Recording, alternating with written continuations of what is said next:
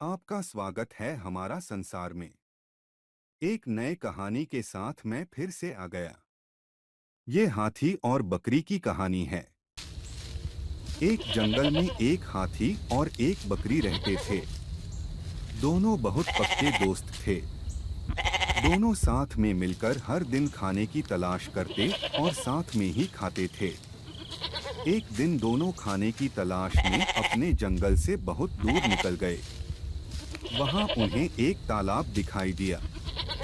उसी तालाब के किनारे एक बेर का पेड़ था।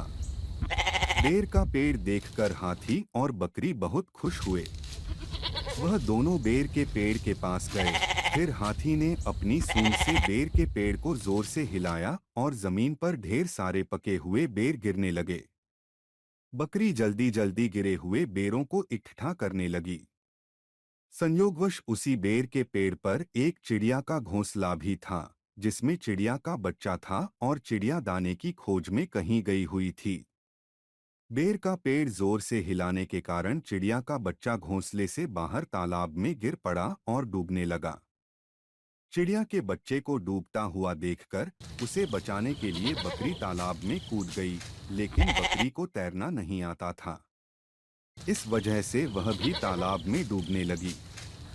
बकरी को डूबता हुआ देखकर हाथी भी तालाब में कूद गया और उसने चिड़िया के बच्चे और बकरी दोनों को डूबने से बचा लिया।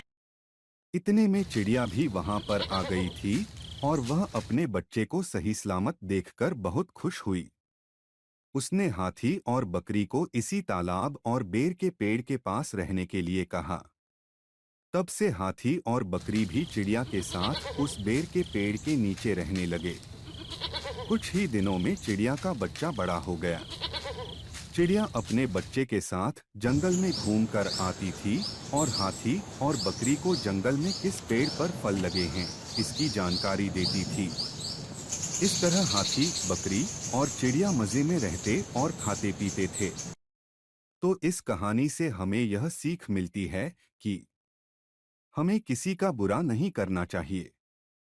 अगर हमारी गलती से किसी को परेशानी होती है तो उस गलती को सुधारना चाहिए और मनमुटाव दूर करते हुए एक दूसरे की मदद करनी चाहिए।